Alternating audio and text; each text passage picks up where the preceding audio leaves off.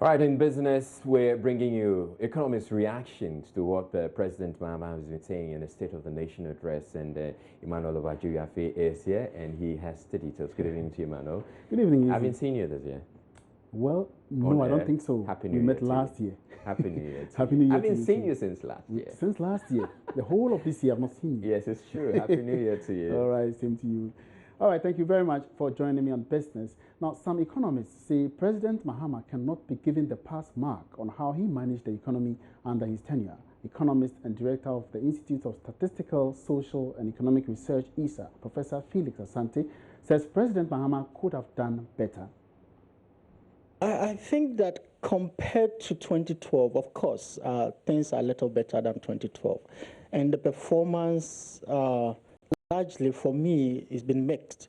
The president seems to have done quite well with regard to fiscal consolidation, that is closing the gap compared to the 12% that recorded in 2012.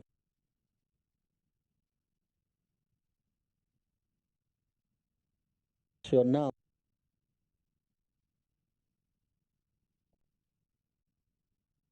recorded in 2012, I'm sure now it's still quite, I don't know the current state now, but as of last time was 6.9%. So that is significantly lower than what was recorded in 2012. So on that score, the president seemed to have done well. But in regard to growth has been abysmal. I mean, the performance is way off. I mean, one of the poorest performers that we have seen over 2-3 decades now.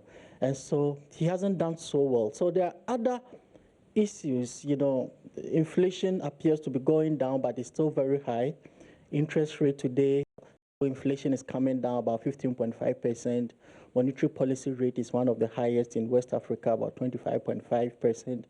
Lending rate is still about 80%, way higher than what was recorded even in 2012. All right. So the performance largely has been mixed, and I think that it is not something that we can say that the president is living a resilient economy. The economy is still under challenged, although it appears to be recovering, but we are not there yet. We're going to see quite some items and some finances which were not on our budget. And that is something that we need to deal with. And that is what is going to result in this budget deficits and high deficits that we experience. Prof, I know you've seen a lot of successive governments when it comes to the economy, and they're going and coming, but it's always been a problem. A new administration comes in, and there's a whole debate about what you left and what I'm taking over, and even there have been instances about the coffers being empty and all those things. Do you think that the president should use this presentation to address that problem once and for all? I think to change from what has been done every 4 years, I think the government should tell us the real issue. I think we need to avoid a case where the new government comes in and start repeating a lot of things that this were not done, this were not. I think the outgoing president should be very, very candid with us and tell us. All right, so those were economists, Dr. Eric Osei-Sibe and Professor Felix Asante, sharing their thoughts on the management of the economy by President Mahama. Now, moving on, we have done well in managing the economy over the past 8 years. That's the view of President John Mahama as he presented his last State of the Nation address to Parliament.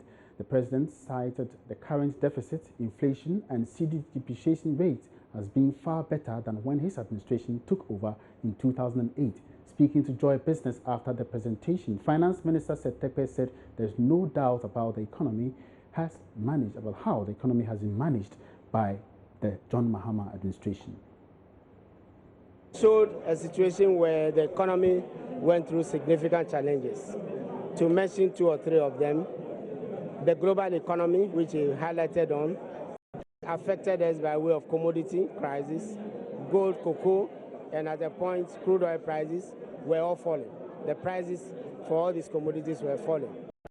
We inherited single spine, we inherited subsidies, we inherited a power crisis that was caused by the 2.5 years of disruption in power supply. The president indicated that he came to the House and promised that many of these things will be fixed. As we speak, what the president sought to tell Ghanaians is that we are in a turnaround. The economy is not what it was. But more importantly, in terms of prospects, Ghana going into the oil and gas is also seeing a very strong services sector. Agriculture is rebounding, and therefore he emphasized that he is handing over, using the baton as an example, he's handing over an economy that is stronger. Many of the problems that he faced having been resolved, particularly power, which you were talking to my deputy a short while ago. But let us remember in the context of power that we have a third FPSO coming, that's the Sankofa FPSO.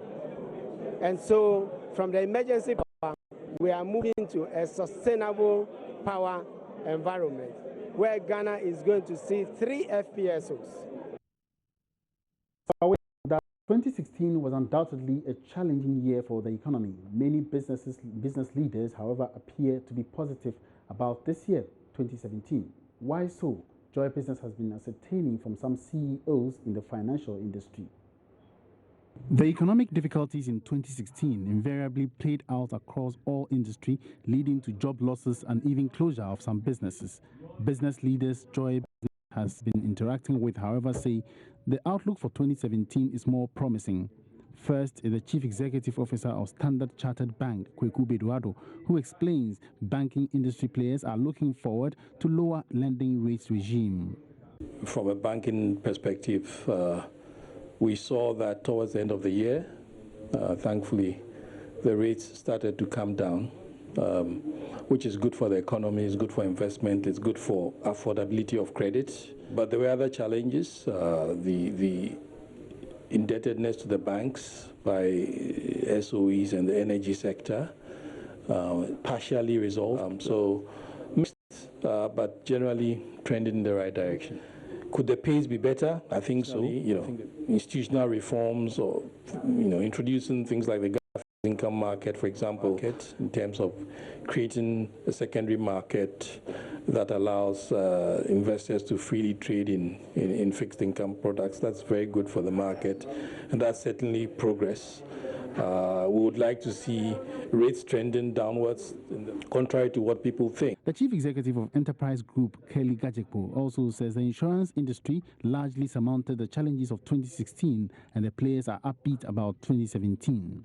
2016 continued to be difficult, coming through from 2015 and indeed even 2014. We all know the macroeconomic issues, but for the insurance industry, we survived in the sense that insurance is one of these things that you would think it's a luxury item until you are in a bit of a pickle. So more and more Ghanaians are beginning to recognize the value of insurance. And even though once upon a time it was not the first thing you paid out of your paycheck, we're beginning to see that people are appreciating it. The confidence expressed so far by especially financial industry players could be a good omen not only for businesses but the economy at large in 2017. Now, Ghana's largest pineapple and banana producing company, Golden Exotics Limited, says it will be forced to stop production if the current encroachment on their lands continues.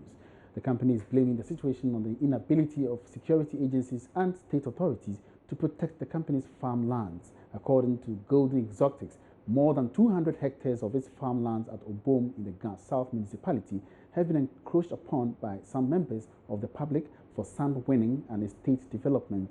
Speaking to Joy Business before some journalists on a tour of the farm sites in Accra, Managing Director Olivier Chassag says the situation has led to a cut in production and some staff layoffs.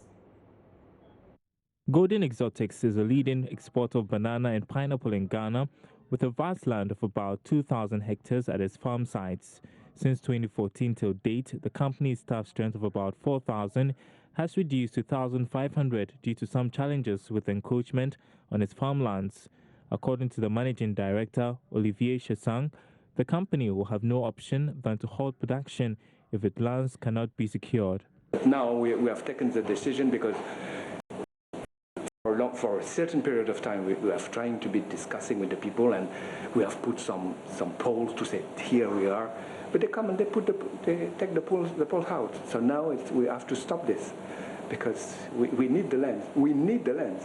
If we don't have this lands, when I do the harvesting of this plot, if I don't have this one, what do? I stop immediately. So we tried to discuss. We could not, but now we're realizing that we cannot. So we try to find another way. We used to be producing 10,000 tons. Today we're producing around 5,000 tons. If we don't have land, we stop. It's not that we are going to earn less money or, no, we stop. The company took some journalists on a tour of its farmlands at the boom site in the South Municipal Assembly to observe the situation. The Corporate Affairs and Administrative Manager, Judge Boy, outlines the extent of damage the company has endured as a result of the actions of encroachers. It leads to golden exotics. In spite of that, you can see the pillars they have put there, and you can see that what they have done over here, you know. So it is something that cannot continue. It's not only about us. A lot of the pineapple farms have had to close because of this. It starts with sign winning, and then all the supposed real estate companies. You know, we don't want to be the next victim.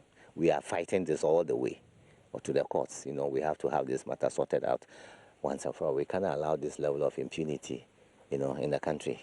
Otherwise, everybody must just fold back and go and sleep. The negative impact of site winners and estate developers in the area is becoming a major setback for not only golden exotics, but also other small-scale farmers. And that's all in business tonight. Thanks very much for watching. I'll be back tomorrow with more business stories. My name is Emmanuel Abuaji. More stories coming up. Don't go away.